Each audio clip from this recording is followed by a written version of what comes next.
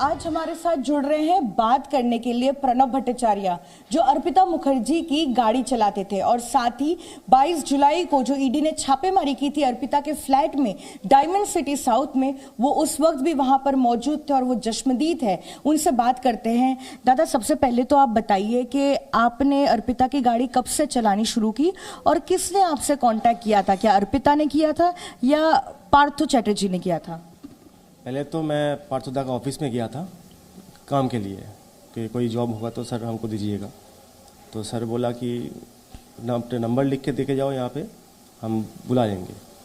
तो बहुत दिन बाद हमको फ़ोन किया वहाँ से, पार्थोदा का वहाँ से, बोला कि ऐसा गाड़ी चलाने का काम है। हम बोला हाँ ठीक है करेंगे। तो तब से हम वहाँ पे ज्वाइन किया। जनवरी से मेरा काम स्टार्ट हुआ 2022। तो मेरा अभी फ़िलहाल 7 महीना चल रहा है वहाँ के काम का। तो तब से कितनी गाड़ियाँ थी अर्पिता के पास? मैं जब शुरू में वहाँ पे गया था तब वहाँ पे मिनी कूपर एक तो था, और मर्सिडीज बेंच था, और होंडा सिटी था। ये 3 गाड़ी वहाँ पे देखा था मैं शुरू में। उसके बाद फ़िलहाल 3 महीना हुआ। 3 महीने से मर्सिडीज और मिनी कूपर वहाँ पे नहीं है, सिर्फ होंडा सिटी है जो हम चलाते हैं। होंडा सिटी हम चलाते हैं, और ये दोनों गाड़ी कभी हमको दिया भी नहीं चलाने के लिए। और आपने देखा होगा किस तरह से पैसा रिकवर हुआ है अर्पिता के घर से। कभी आप जब उनकी गाड़ी चलाते थे, कभी गाड़ी में ऐसा देखा कि कोई पैसे रखे गए या जो है उनके फ्लैट में जाता था पैसा, कभी कुछ ऐसा देखा? नहीं, कभी ऐसा कुछ नहीं देखा। अर्पिता जी, उनका जो लेडीज़ लोग का पर्सनल बैग है वही बैग कैरी करता था, वो एक्स्ट्रा कोई लगेज कैरी नहीं करता था। और ज़्यादा वो कौन सा फ्लैट में रहती थी, बेलघोरिया या diamond city south? Diamond city. और आप जैसा कि बता रहे हैं कि डायमंड सिटी साउथ में वो रहती थी, कभी देखा आपने कि पार्थो चैटर्जी उनके घर जाते थे? कभी कभार आते थे, पार्थो चैटर्जी कभी कभार आते थे वहाँ पे। और अर्पिता जब पूरे दिन काम करती थी, क्या दिन के अंत में कभी बेहाला जाती थी, पार्थोदा से मिलती थी? कितना मिलना जुलना होता था, कितना फ्रीक्वेंटली वो लोग मिलते थे?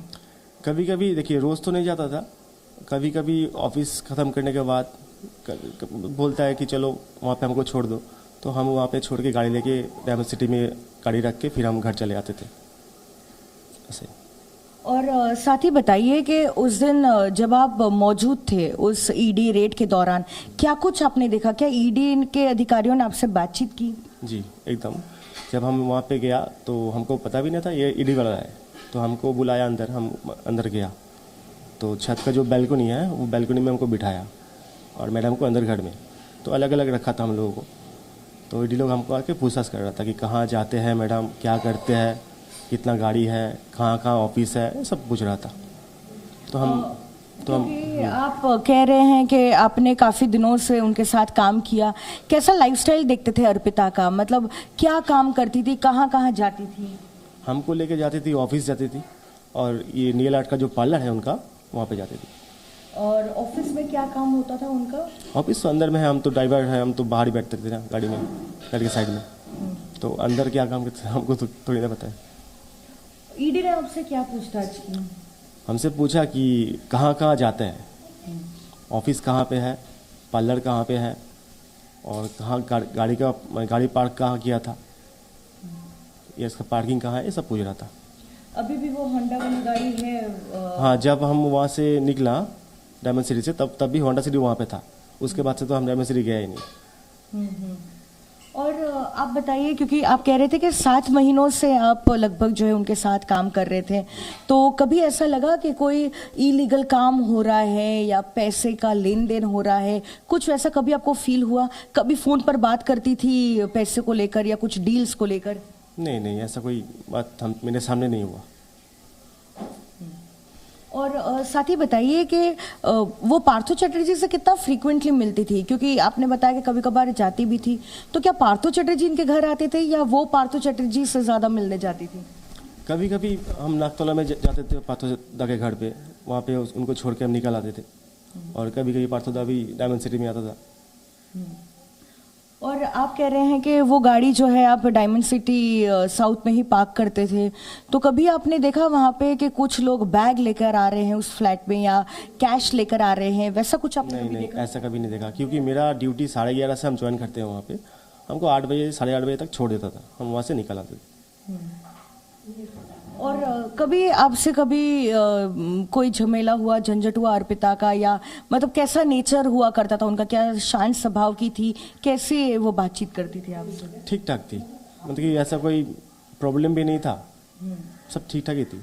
हम तो सोचा चलो काम चल रहा है अच्छा ही है, क्योंकि अभी पूजा का टाइम में मेरा काम भी चल गया, मेरा अभी बहुत मुश्किल भी है अभी। आपने बताया कि उनके पास कुल मिलाकर 3 गाड़ियां थी, एक होंडा की गाड़ी थी, एक मर्सिडीज बेंज थी और एक मिनी कूपर थी। हाल ही में ही मिनी कूपर और मर्सिडीज बेंज को उन्होंने बेच दिया। कितना टाइम हुआ, क्या वजह आपको पता है क्यों ये दोनों गाड़ी जो है बेच दी गई थी? नहीं, हम तो 3 महीने से गाड़ी नहीं देख रहे हैं। वहाँ पे जो गाड़ी खड़ा था मर्सिडीज मिनी कूपर, 3 महीने से वहाँ पे गाड़ी और नहीं देख रहा है। होंडा सिटी है, क्योंकि मेरा काम होंडा सिटी से ही है।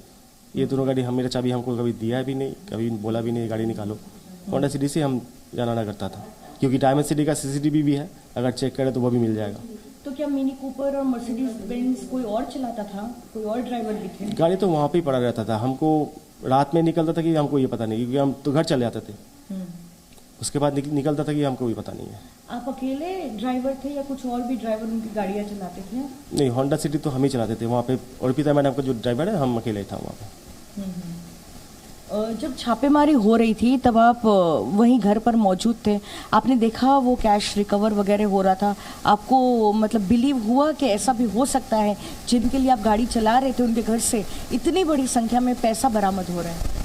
हमको जब ईडी वाले बैल्कनी में बिठाया तब तो हमको कोई अंदर क्या चल रहा है हमको कुछ पता ही नहीं चल रहा है। तो बाद में देख रहा है कि छत से बाहर दिखाई देता है, मीडिया वाला आ रहा है, मीडिया वाला ये बोल रहा था कि 20 करोड़ 20 करोड़। तब हमको थोड़ा सुना 20 करोड़ के बाद सुना, तो बाद में जब देख रहा है ईडी वाला मशीन लेके कैश गिन रहा है, तब हमको पता चला कि यहाँ से कैश मिला है। कितना कैश मिला था वो हम श्योर नहीं था। फिर आपसे पूछताछ करने के बाद आपको क्या छोड़ दिया गया, या फिर क्या आपका मोबाइल उन्होंने ले लिया है, क्या किया है उन्होंने? जब वहाँ पे हम एंट्री किया तो शुरू में 10 मिनट के अंदर ईडी लोग मेरा फ़ोन ले लिया, बोला फ़ोन यहाँ पे रखना, फ़ोन ले लिया और वो बैल्कनी में हमको बिठा के रखा, छोड़ा नहीं, पूछताछ किया, वहाँ पे बिठा के रखा हमको। और उसके बाद आपको क्या अभी और बुलाया गया है पूछताछ के लिए, या कुछ बात करेंगे, कुछ इन्फॉर्म किया है उन्होंने? नहीं, हमको कुछ बुलाया नहीं, बट हमको मेरा जब फ़ोन ले लिया था ना, हम वहाँ से निकलते टाइम बोला था कि सर मेरा फ़ोन हमको नहीं मिलेगा। तो ईडी वाले हमको बोला था कि तुम 3 दिन बाद आओ सीजीओ कॉम्प्लेक्स में, आके फ़ोन लेके जाना। तो हम 3 दिन नहीं, हम 4 दिन बाद गया था। मोबाइल वापस मिला? नहीं, हम गया था, मेरा मोबाइल वापस नहीं मिला, क्योंकि सर वहाँ पे नहीं था, कोई भी सर नहीं था, सर तो बाहर में ही था। तो हमको वहाँ से बोला गया कि अभी फ़िलहाल फ़ोन अभी नहीं मिलेगा, क्योंकि सर कोई सर नहीं है, कुछ दिन बाद आओ फिर देखते हैं। तो हम इसीलिए वहाँ पे मेरा नाम और एक ऑलरेडी नंबर दे के आया, अगर हमको ज़रूरत होगा तो हमको बुलाएगा, हम जाएंगे। अर्पिता के घर कौन फ्रीक्वेंटली आते जाते थे? कोई ऐसा शख्स जो है बहुत फ्रीक्वेंटली, क्योंकि कल्याण धर जो है वो काफ़ी आना जाना करते थे, क्या उनका बिजनेस वो देखते थे? उसका ये जो पार्लर है ना, जितना हमको पता है 3 पार्लर का दायित्व तो वही है, मतलब कि वही देखते था, पार्लर में क्या लगेगा क्या नहीं लगेगा सब वही सब हैंडल करता था। घर आते थे? हाँ, डायमंड सिटी में आते थे कभी कभी। तो शिक्षक भर्ती घोटाले में ये बड़ा खुलासा। सी न्यूज ने खास बातचीत की अर्पिता के ड्राइवर से, और जी न्यूज से बोले अर्पिता के ड्राइवर, बड़ी जानकारी साझा की अर्पिता के पास 3 महंगी गाड़ियां